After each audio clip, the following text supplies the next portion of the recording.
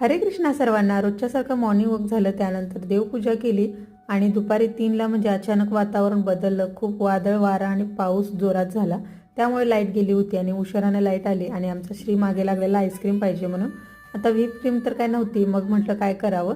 मग मी इथे दुधामध्ये साखर टाकून ते उकळून घेतलं. नंतर कस्टर्ड पावडर थोड्या दुधात मिक्स करून त्यामध्ये घातली, ड्रायफ्रूटचे तुकडे घातले, व्यवस्थित त्याला थोडा वेळ शिजवून घेतला आणि आता गार करायला ठेवलं. तोपर्यंत आठवडाभराची साय ठेवली होती, त्याचं लोणी काढून घेतलं. 2-3 वेळा ते लोणी धुतलं आणि मग तूप कडवायला ठेवलं, म्हणजे अशामुळे वास येत नाही त्याचा.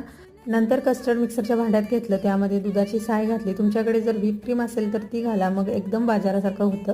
5 मिनिटं फिरवून घेतलं. नंतर काचेच्या बाउलमध्ये काढून वरून बदामाचे काप टाकले आणि वरून सिल्वर फॉईल झाकला आणि मग रात्रभर सेट करून घेतलं आणि श्रीनाने मी खाल्लं. मस्त झालं होतं.